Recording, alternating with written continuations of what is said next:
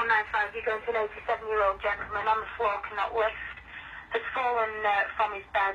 A new call in Burnley for Gail and Rachel, who make up the Falls team.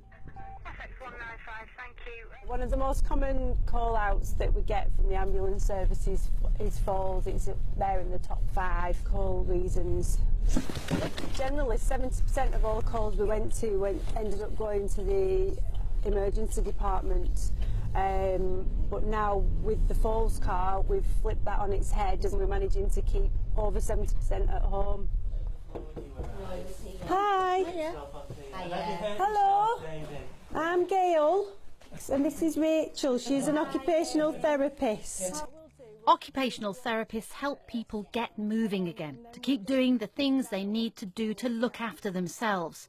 Assessments used to be made from the hospital bed. Here, it's from the home straight after the 999 call is made. Do we have any aids or anything, stick or anything to work with? The aim is to get all the help in place to keep people out of a costly hospital bed, and it's working. He's adamant he doesn't want to attend hospital, so we are trying to put things in place to help him remain safe at home with the doctor's input. And we're just going to see if the gentleman will have a go with this, but I'm not holding my breath. When people turn up at hospital, the first thing that they do is undress them and put them in a hospital gown. They're out of their home and natural environment, they're a bit disorientated, they're having tests, medicines, everything going on, and that person that could possibly once walk in prior to hospital may come out not being able to walk or even be able to care for themselves just because of the length of time they've been in hospital. Better for patient and better for overstretched hospitals. One look at the front of nearby Blackburn A&E reveals the pressures. Waiting times are too long, demand for beds too high. We struggle for beds all of the time, so anything that we can do to keep patients out of hospital is a good thing, and it's better for them.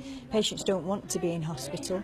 If you have dementia, then your symptoms can get worse. Your sleep can be disrupted from other noisy patients on the ward with you.